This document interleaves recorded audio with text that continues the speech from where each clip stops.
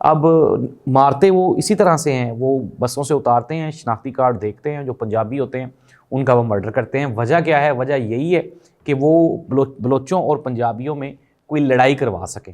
اور یہ جو پنجابی لوگ وہاں پہ عموماً، اب ظاہری سی بات ہے، پنجاب ایک بہت پاکستان کا سب سے بڑا صوبہ ہے، بلوچستان بھی رقبے کے لحاظ سے پاکستان کا سب سے بڑا صوبہ ہے۔ یہاں سے مزدوروں نے وہاں پہ کام کرنے جانا ہی جانا ہے، کیونکہ وہاں پہ کانیں ہیں، وہاں پہ منرلز ہیں۔ اب یہ جو دہشت گرد ہیں یہ کیا چاہتے ہیں؟ یہ چاہتے ہیں کہ رابطہ کٹ جائے بلوچستان کا اور پنجاب کا، جو کہ ہم نے نہیں ہونے دینا۔ ہمیں دکھ ہے، افسوس ہے، اور اس کی ذمہ داری آپ لیں یا نہ لیں، اس کی ذمہ داری قانون نافذ کرنے والے اداروں پہ ہے، اور ہم امید کرتے ہیں کہ انشاءاللہ وہ اس کے اوپر ایکشن لیں گے۔ اور جو ذمہ داران ہیں، پہلے بھی بڑی اچھی خبریں آ رہی تھیں، جو ہماری آرمی ہے وہاں پہ، ہمارے جو ادارے ہیں وہ بڑا اچھا کام کر رہے تھے، چیزوں کو کنٹرول کر رہے تھے۔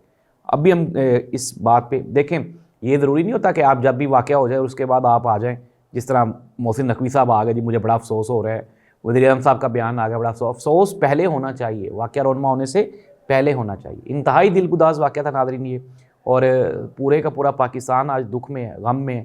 اللہ تعالیٰ ان لوگوں کے درجات بلند فرمائے جو شہید ہوئے، اور جو اس کے ذمہ داران ہیں، اللہ تعالیٰ ان کو نیست و نابود کرے، پاکستان رہتی دنیا تک قائم و دائم رہے۔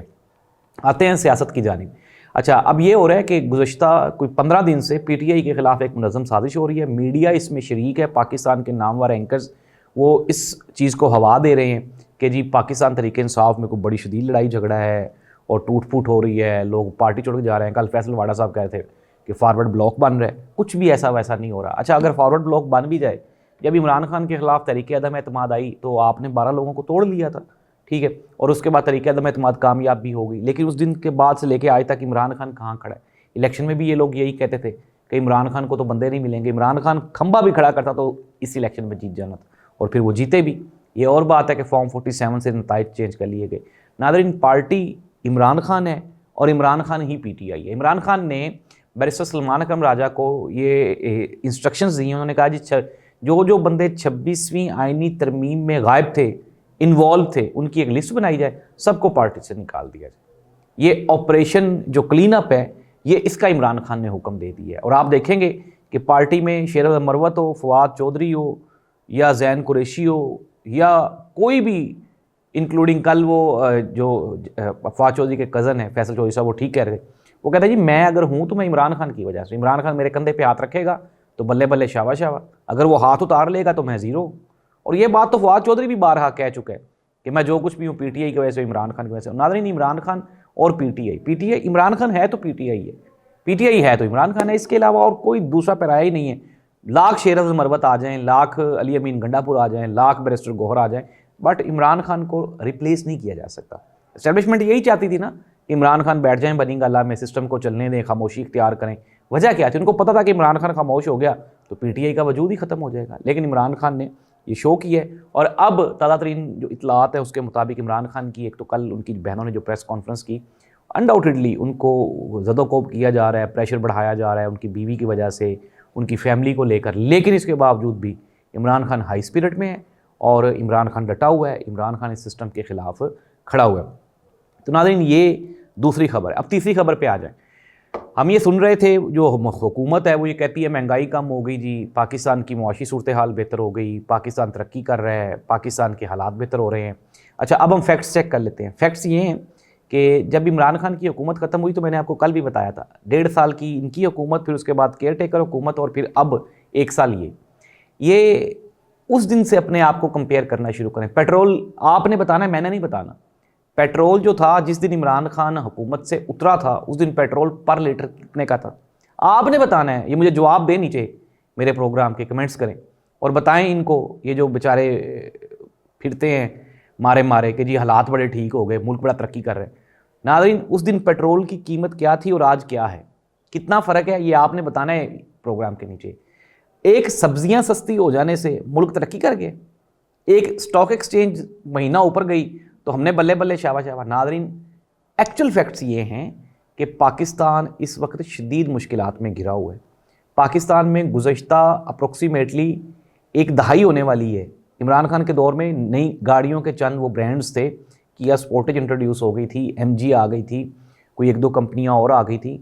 اس حکومت کے آتے ہی یہاں پہ تو پروڈکشن یونٹس بند ہو گئے تھے پچھلے دور میں، اور اب بھی ہم وہیں پہ کھڑے ہوئے ہیں۔ اب کوئی یہاں پہ دودھ اور شہد کی نہریں بہنا شروع نہیں ہو گئی، پاکستان کی جی ڈی پی ہے، عمران خان جب گئے تو پاکستان کی جی ڈی پی کہاں پہ تھی آپ نے بتانا ہے مجھے، آپ کو پتہ ہے سب کچھ، 6 پہ تھی، اور اب کتنے پہ ہے؟ ہماری جو گروتھ ریٹ ہے وہ کتنے پہ ہے؟ ڈالر کتنے کا تھا اس دن جس دن عمران خان نے حکومت چھوڑی ہے، آج کتنے کا ہے؟ آپ کیسے کہہ سکتے ہیں حکومت جو ہے وہ کامیاب ہو گئی، مسلم لیگ نون کامیاب ہو گئی؟ سب سے پہلی بات تو یہ ناظرین مینڈیٹ ہی نہیں ہے، عوام نے ووٹ ہی نہیں دیا۔ پھر دوسری بات اسٹیبلشمنٹ بھی بیچاری پریشان ہے، پھنس گئی ہے ان کے ساتھ، جو ان کے یہ طریقے ہیں، جو ان کی یہ جو کر رہے ہیں سارا کچھ۔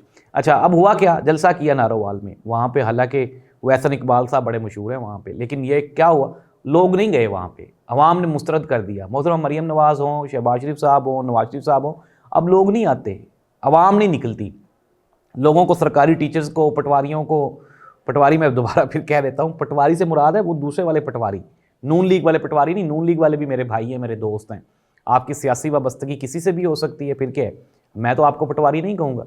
اچھا اب پٹواریوں کو لایا گیا وہاں پہ ٹیچرز کو لایا گیا، وہاں پہ وابڈا والوں کو لایا گیا، پولیس والوں کو لایا گیا، لاہور سے لوگ لے کے گئے، لیکن اس کے باوجود بھی جو پنڈال تھی وہ والا جلسہ، اگر وہ عالیہ حمزہ لاہور میں جلسہ کرے تو اس سے بڑا جلسہ کر لے۔ محترمہ مریم نواز صاحبہ کی پاپولیرٹی نہیں ہے، آپ اس بات کو کیوں نہیں مانتے؟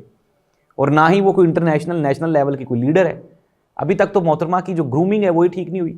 پھر پارٹی نے ہمیشہ کوئی نہ کوئی بلنڈر کرنا ہوتا ہے، ایک بلنڈر انہوں نے کیا تھا جب وہ ولی عہد آئے تھے، اپنی تصویر وہ خود ہی انہوں نے لیک کر دی تھی جو وہ مسافے والی تھی، نہیں کرنی چاہیے تھی، کہاں سے وہ تصویر آئی تھی میڈیا پہ؟ انہی کے سوشل میڈیا نے ڈالی تھی نا، نہ ڈالتے کوئی اور تصویر ڈال دیتے۔ اب ایک تصویر انہوں نے ابھی دوبارہ پھر سوشل میڈیا پہ جنرل عاصم منیر صاحب اور وہ محترمہ مریم نواز صاحبہ کی جو قریب تصویر ہے اس کو لے کے سوشل میڈیا پہ انتہائی بدتمیزی ہوئی، وہ کسی طور پہ جسٹیفائی نہیں ہو سکتی۔